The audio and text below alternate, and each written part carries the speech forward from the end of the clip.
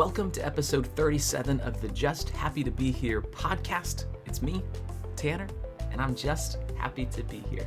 Earlier this week, I was listening to a podcast, and from the very beginning, they were asking their listeners to subscribe, to share, to leave a review. Now I've said all of those things before, but not today. Not on this episode. No. Just relax. Have a seat. Stay a while. We are just happy to be here, and we are just happy to have you here. So with that, here is episode 37 of the Just Happy to Be Here podcast.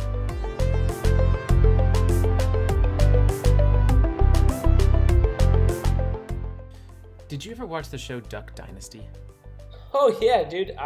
Several years I didn't think I'd ever get into it, and I got way into it for a little while. But yes, short answer is yes. I went through a phase, and I think a lot of people go through the Duck Dynasty phase, or at least at one time there was. But I thought it was the funniest show.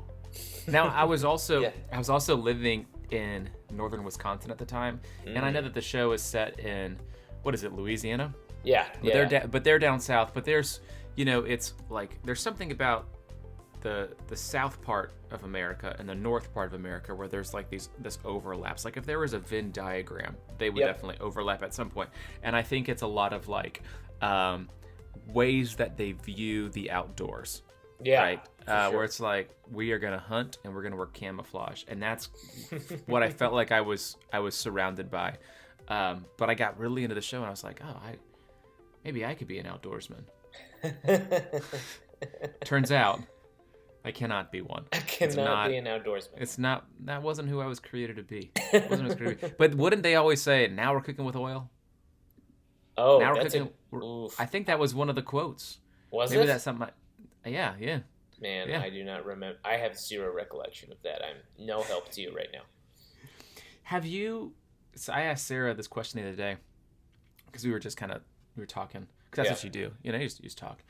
It's basically a podcast without the microphones. And what? But we started doing this thing where we're all like look at her and be like, hey, ask me a question.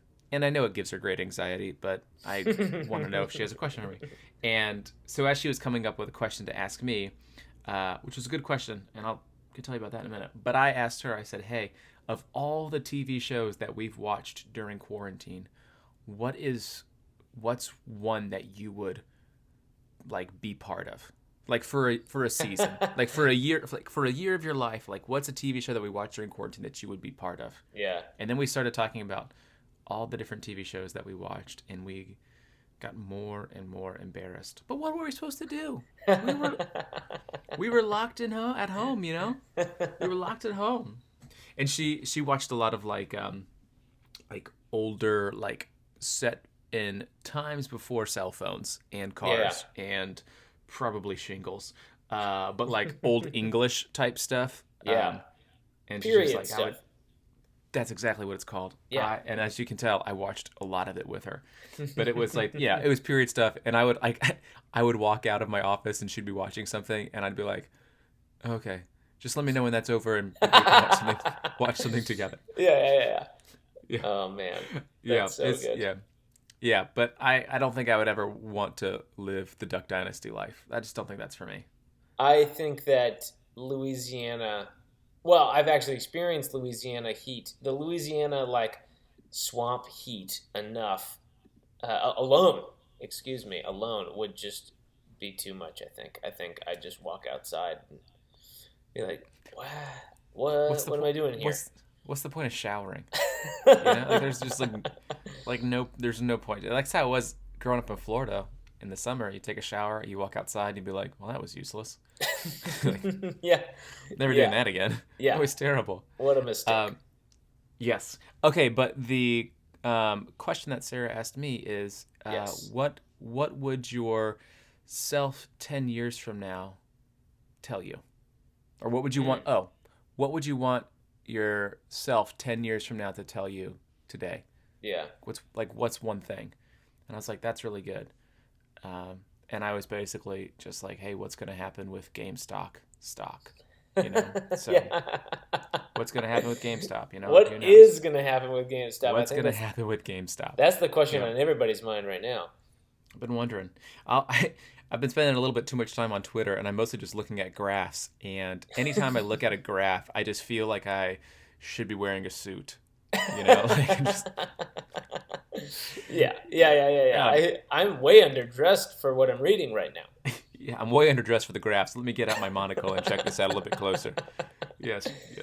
Let me pack my pipe and really get into it. Yeah, but I have no idea really what's going on. I've read a lot of articles, and afterwards I'm like, well, I think that almost makes sense. So I'm just I'm gonna stay away from it, and just that's how it's gonna be, you know.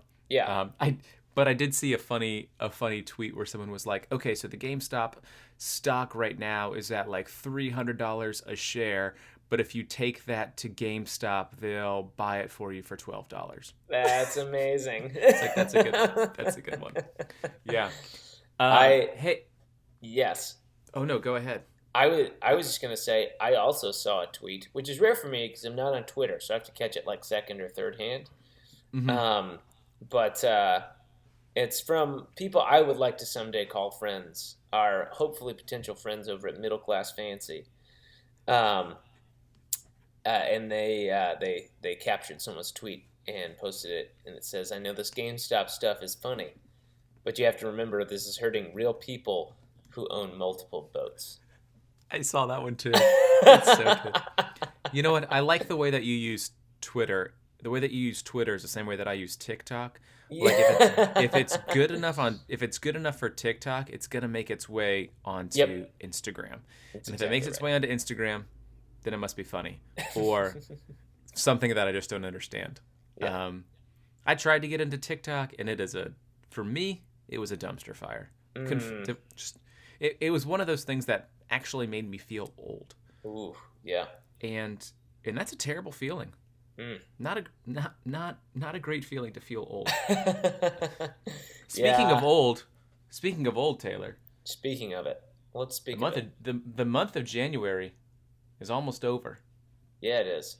It's the 28th day of January.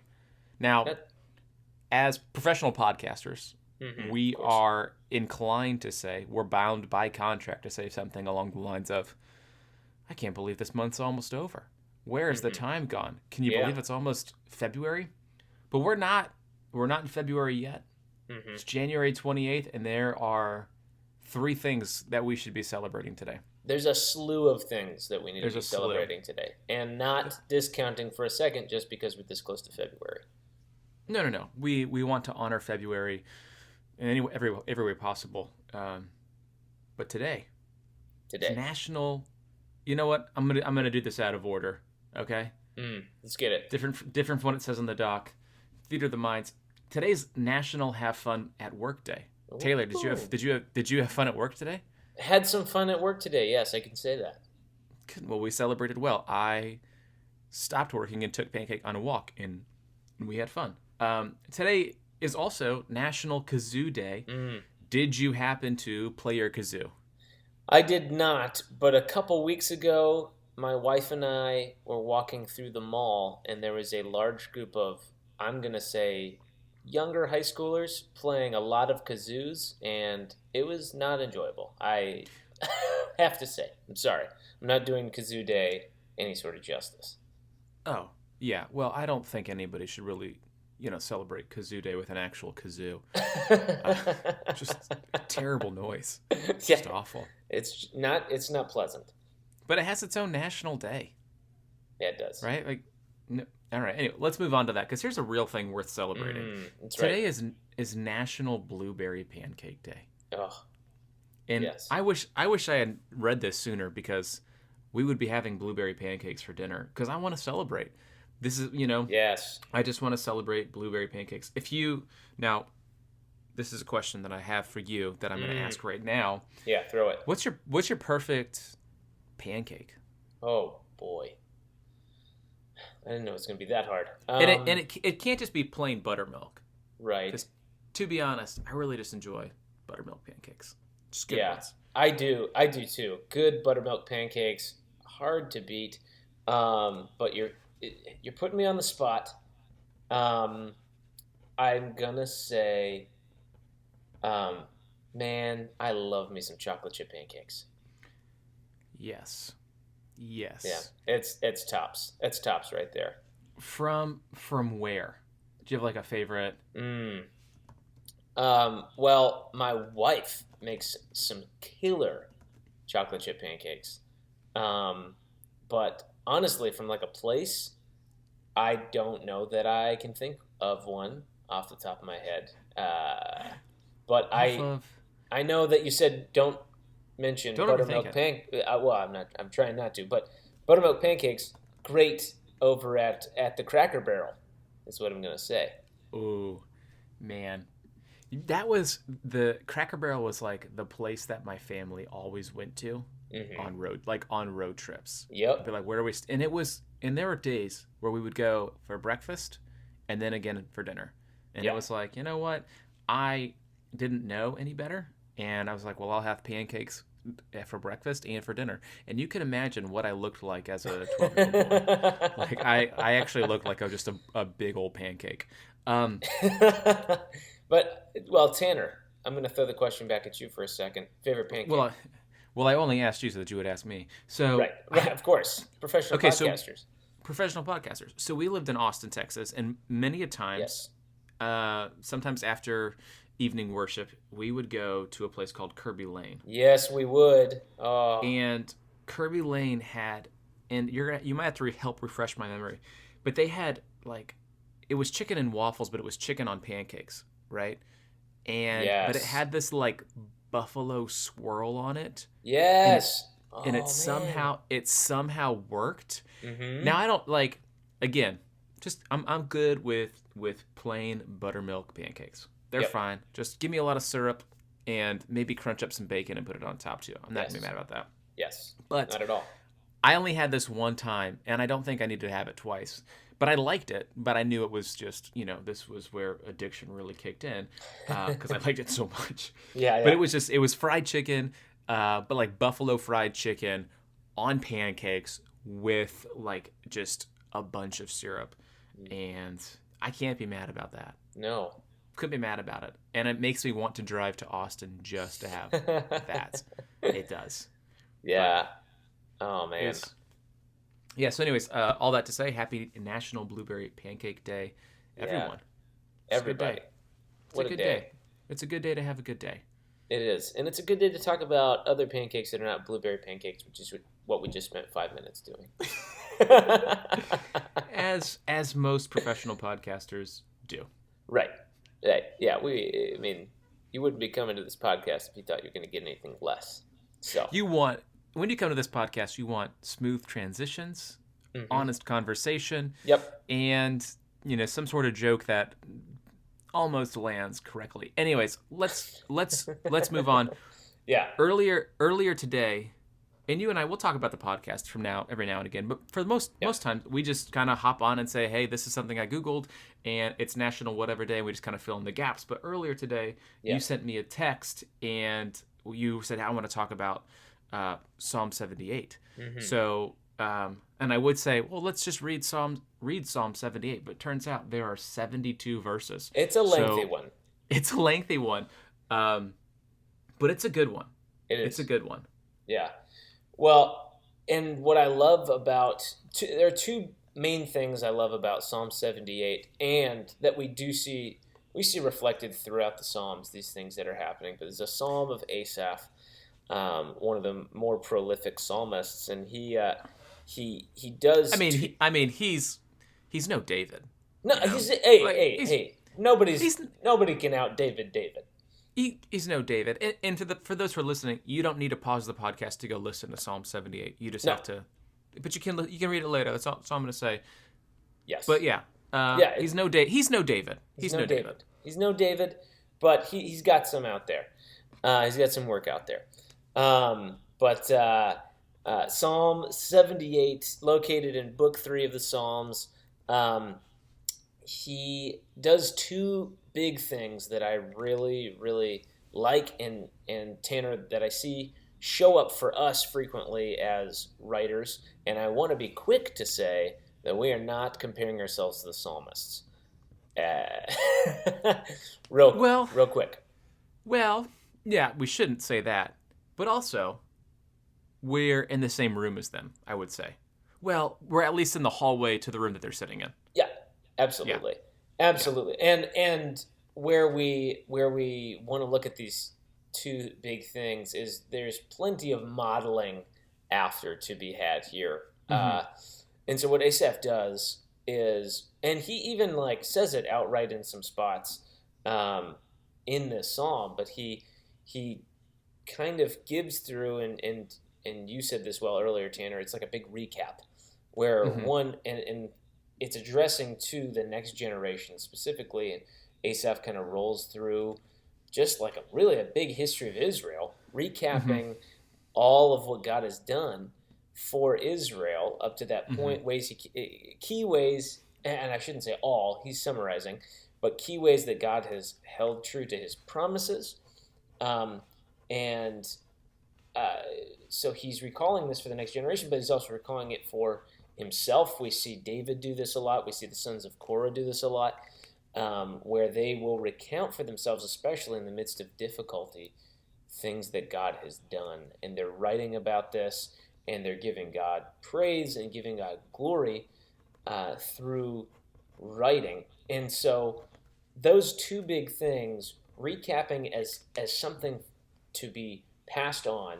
This is what God has done for them. Culturally, it would have been a bit of a different thing than maybe we would use it for, because it would just be a quick, awesome, great exposure, singable, Yeah. easily readable thing that they could go, man, I didn't experience that, but look at this rich history of what God has done, and then also for our own souls, being able to recap in our lives what God has done. And so, Tanner, out of that, where do you think in your writing, and maybe you want to talk about, the process or certain poems that come to mind, where you kind of dig into that concept of just really recounting what the Lord has done. Well, so as you were talking, something that kind of came up is, like, understanding why do you do what you do. Yeah, And then also, I really love that. And the Psalms were not just, I mean, they wrote them also, I have to believe, for themselves. Right. And we yeah, see that a lot with David, where he's wrestling with something personal and he puts it into words. And I mean, clearly I connect with that.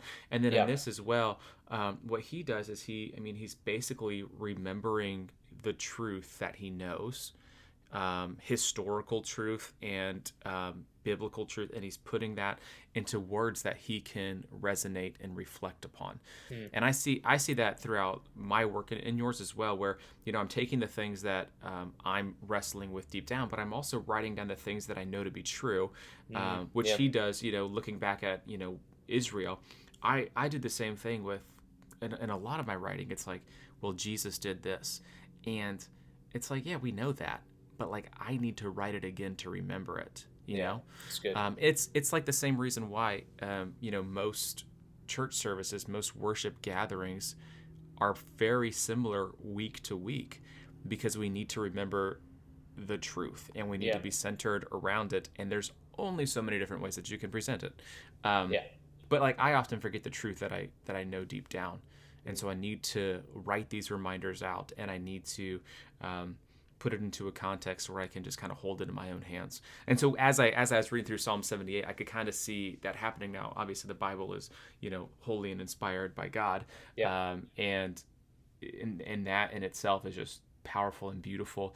But I also think that God clearly created us to also create things yeah, um, in our own unique way. So it's like not just limited to those who write, but it shows up in almost everything that we do, right? Being hmm, a reflection of what he does. yeah, Um, yeah. What about you, man? yeah.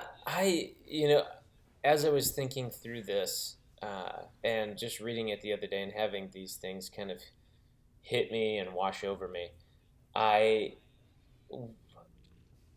I was thinking through just kind of the importance of like for instance, have been told like tons and tons and tons of times, um, to journal and get in the habit of Mm-hmm. journaling. You're a journaler, aren't you?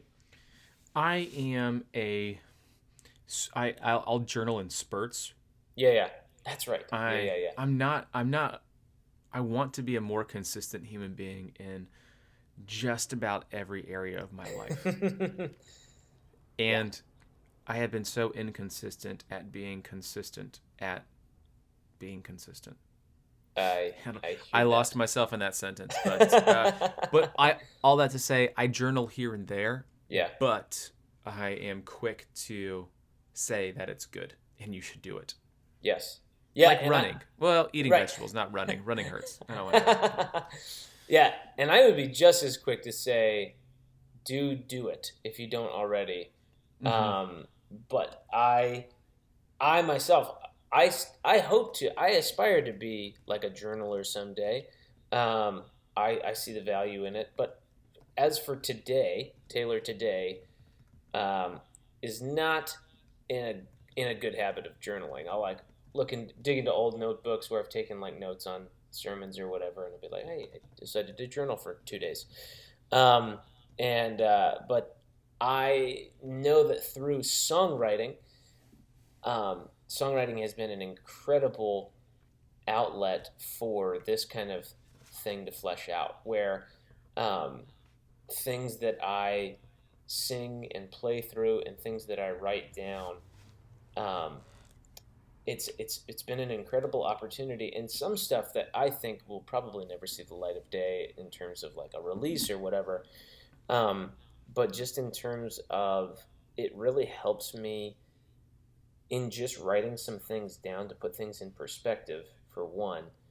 Um, Put things in perspective and process them through the Word of God. Because typically, what I like to do if I'm writing out of something personal, especially, is, and I see the psalmists doing this a lot as well, where they'll write about what they're going through, just like you were talking about, Tanner, and then they try to remind themselves, like we're talking about, with a truth of God's word, something true about the history, particularly for them, the history of Israel, God being true to His promises, and so to see, um, like that play out situationally as I'm writing that down, and then going back and seeing what I've gone through and going, man, I see now on the back end, I'm able to go back and kind of see on the back end, God was doing this, God was doing this. Probably Mm-hmm. plenty of it is still mysterious. But In then a being beautiful way, for in a sure. beautiful way. Yeah, Always. always. Um, we're not supposed to know everything. That would be crazy, and we would be God. And that sounds terrifying. It sounds like a lot Um, of. It also sounds like a lot of work. yeah, yeah. Oh, absolutely. Not something I've seen Bruce Almighty. I see how it goes. It doesn't go well.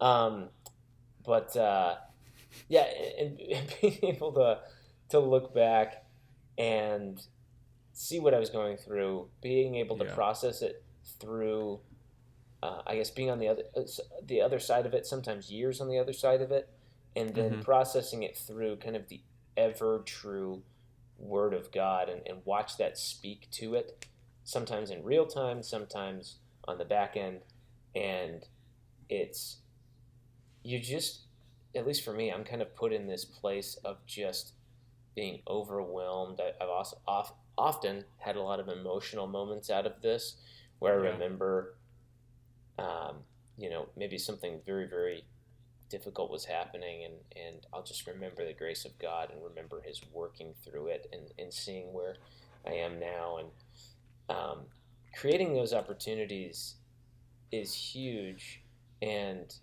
writing just provides such a detailed and specific way to do that. We also see it happening in the Ebenezer stones, the stones of remembrance in the Old Testament, where you see Jacob doing that. You see the people of Israel doing that as they cross the Jordan, and just writing is such a cool way to provide reminders for yourself, even if it's something that never sees the light of day.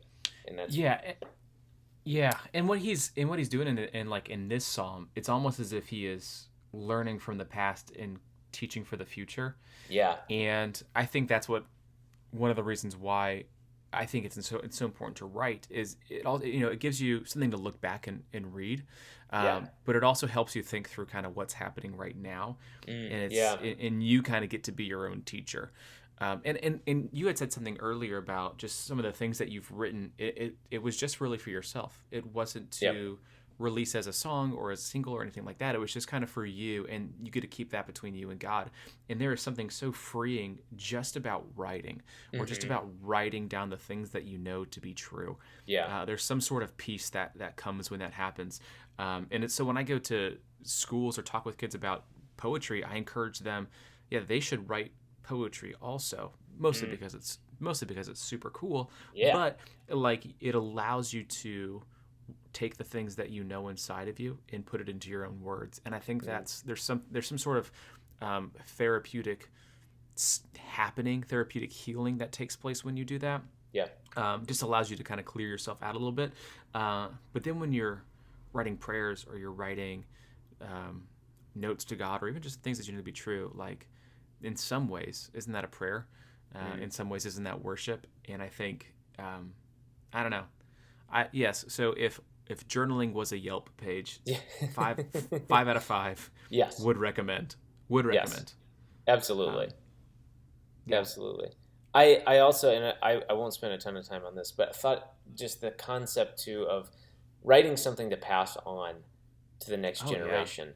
And I thought about, in this moment, for right now, it's a little bit, or a lot of it, theory and not experience. But just, I was thinking about what it would be like potentially, whether my wife and I, whether we're able to have biological kids, or and we would love to have our own kids someday, and adopt and foster. It's something that's kind of all on our hearts and minds, and we would love it.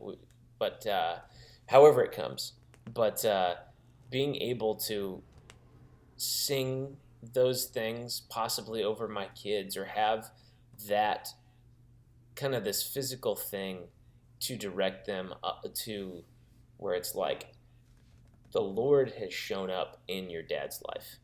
The Lord has shown up in these situations. I see what you're going through right now. And if this can be a help to you, if looking at how the Lord has worked in these situations, I in theory, to me, and certainly, Asaph thought that was important to pass on to the next generation. I think that would be really cool. Do you think that this is kind of turning the conversation just a little bit off of God and towards us, which I guess that's just a human flaw, but do you want to do that for your kids, because that's something that you would have wanted for yourself as well? Sure. I mean, that's a weird question. I would edit that out, but I'm not editing it out. But I think about that sometimes. Of like, I want to do things for our kids, and it's because it wasn't done for me as a child. Not that there was anything wrong with my upbringing by any means, but it's like, I would want more like family history, or more like in depth as to what was life like when I was 3 or something. And so I might detail my children's childhood, and now we have so many ways to do it. Like, my mom didn't have an iPhone, right? Didn't have that. But just kind of have those things, be like, okay, this is what was happening. This is what was going on when you were this age, and look how you've grown. But this was also the things that we were learning as a family, in ways that God was doing stuff. And so I look forward to passing those things on. So that's why I asked you in that way. But we're also quite sensitive human beings who enjoy stuff from the past that strikes some sort of nostalgic chord deep within us. Oh, definitely. And I would say, like, I said sure, which is a very not confident answer. It's quite possibly one of the worst answers you've given. Hey, are you hungry? Sure. I'm not buying it. I'm not buying it for a second. Hey, do you want to get married? Sure. You hate me. I know you don't want to. I know you have no other options. Hey, do you want to read Psalm 78? Sure. Sure. you don't want to read it. I know you don't. You're a Psalm 23 person. I know you are. Well, no, and I think it just took you talking through that a little bit too to be like, yeah, I think that is something that I would have craved as a kid, and because I can remember trying to songwrite very early, and to have something communicated to me in that way, I think would have been very special, because music was something that I connected with my mom on. She was always singing, playing. She did a little bit of songwriting herself. So, yeah, I think that that's absolutely connected. And I think that just thinking through it kind of initially woke up in me from just reading through this psalm and kind of thinking about this as a way to pass this kind of personal history, or in their case, again, a culture, a nation history of God working and being true to his promises. And so that was a really fascinating thing to me. That's awesome. Hey, I'm going to do a rough transition and go right into... Rough transition. Professional podcasters, man. Professional podcasters. Taylor, I've had this burning question deep within my soul for the last week. I want to know what's something that you Googled recently. That's so weird because, and I don't want to spoil it, I've got a really similar question. You know what? I'm not going to spoil it. No more. But I'll answer your question first. So something that I Googled this week was something called Gracie Jiu Jitsu Des Moines. Now, context, and I feel like I always say that. I don't just feel like it. I do always say context to provide context. You get it. People know you're a context kind of guy. People know what context is. I don't have to say that word. But yeah. So Gracie Jiu Jitsu is something that I've always, and it's kind of like a pocket of a larger umbrella called Brazilian Jiu Jitsu. I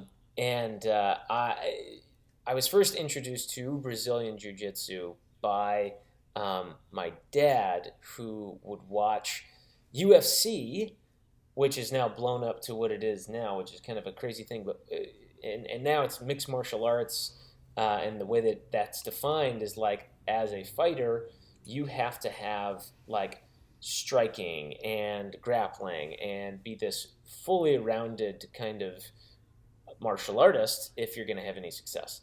But how it started back in like the early 90s or something, late 80s possibly, was that mixed martial arts was defined as, they had these events in the early UFC days where just all these different people with all these different martial arts backgrounds would fight each other in a crazy tournament style that I think happened on one night. So you could fight like up to five people in a single night from all these different martial arts backgrounds. And like back in that time, if you were a Brazilian Jiu-Jitsu guy, you were the Brazilian Jiu-Jitsu guy. You had nothing else. If you were the Muay Thai kickboxing guy, that's it. That's all you had. If you were the karate guy, that's all you had. You get it. If you were the Karate Kid, if you were the Karate Kid forever. You would wax stuff.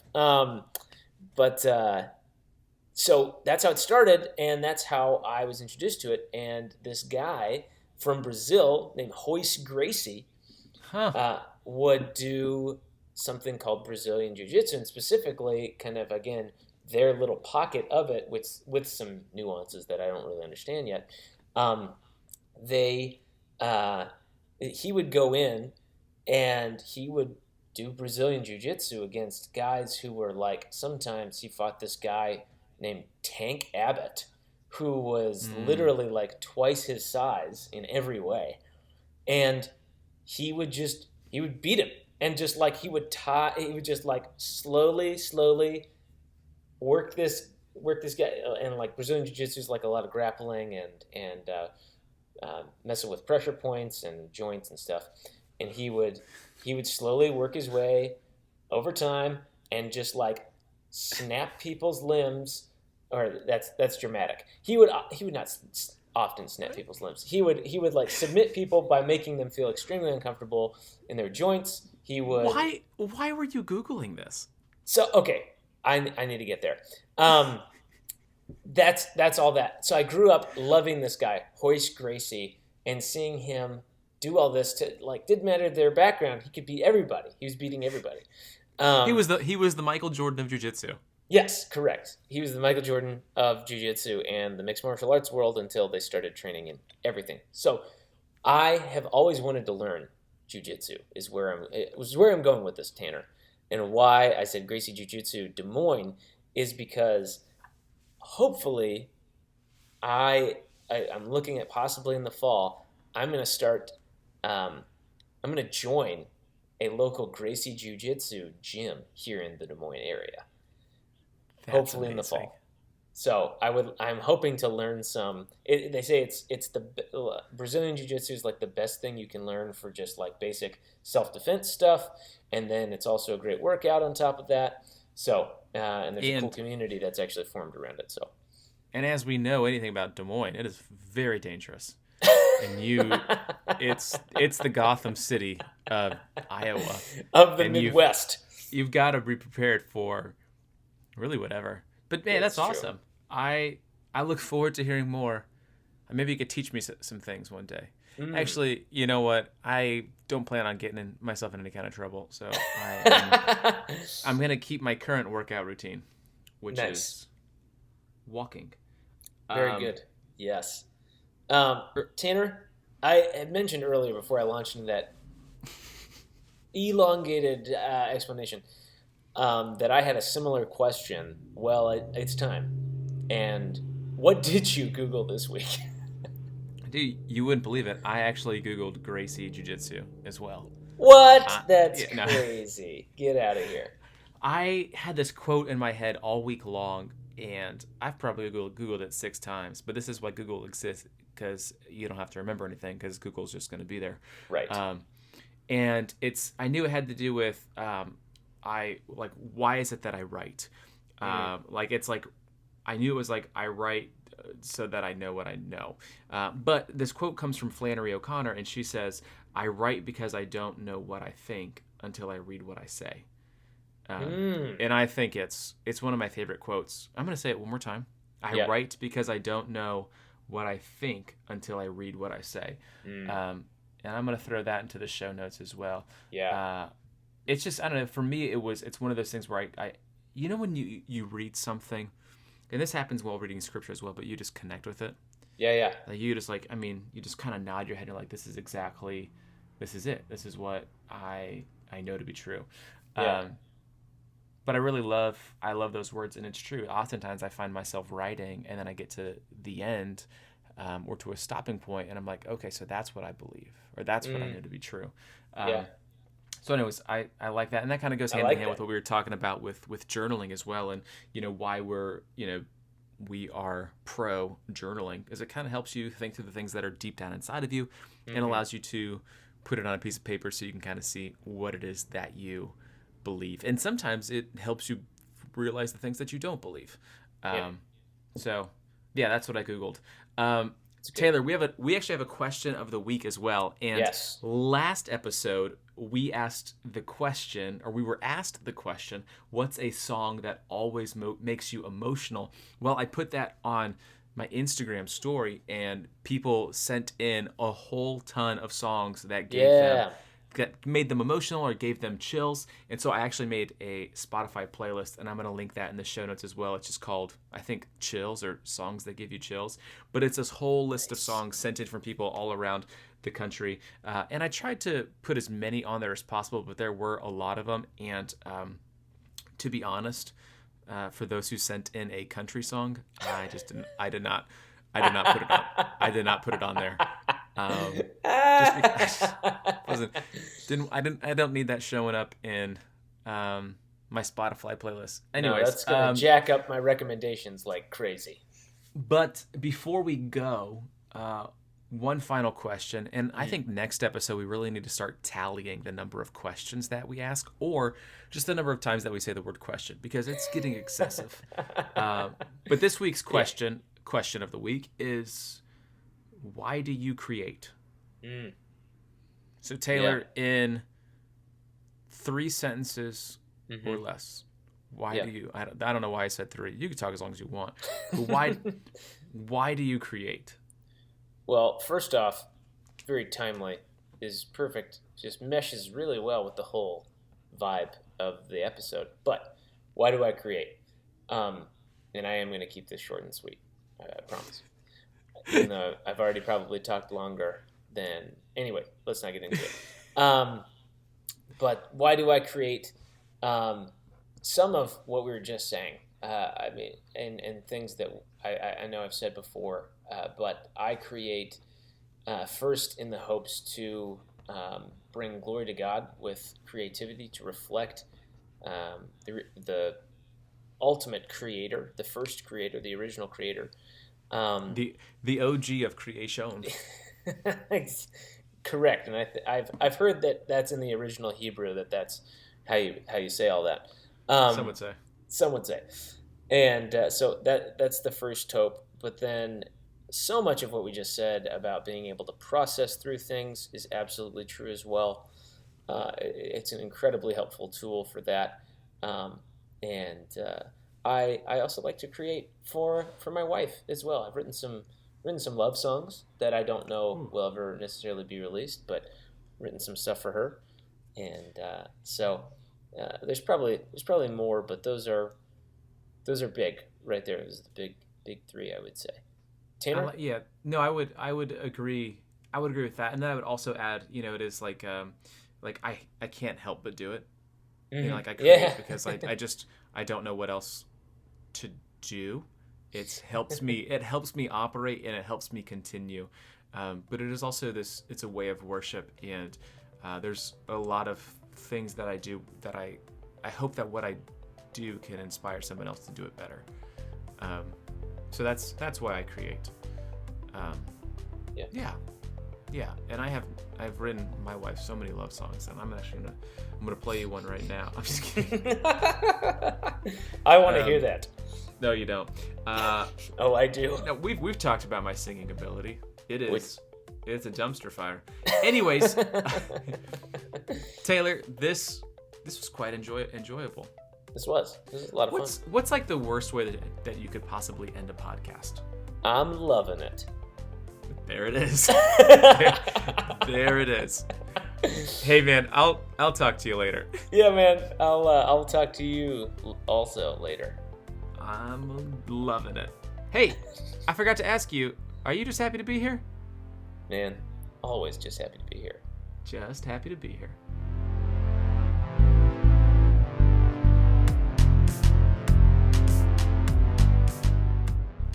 Thank you for listening to this episode of the Just Happy to Be Here podcast. If you have a question or you want to share something that you've Googled recently, send us a message. We love to get messages. It's electronic mail. What could be better? Probably physical mail, but send us some electronic mail. We would love to get some. You can send that to writtentospeak@gmail.com, or you can find us online and send us a message there. Make sure you check out the show notes before you go. We've linked a couple of things like that Spotify playlist for all the songs that will give you the chills and put you right in all of the emotions. So check that out. There's some other things in there as well. All right, with that, have a great day, and we'll see you when we see you.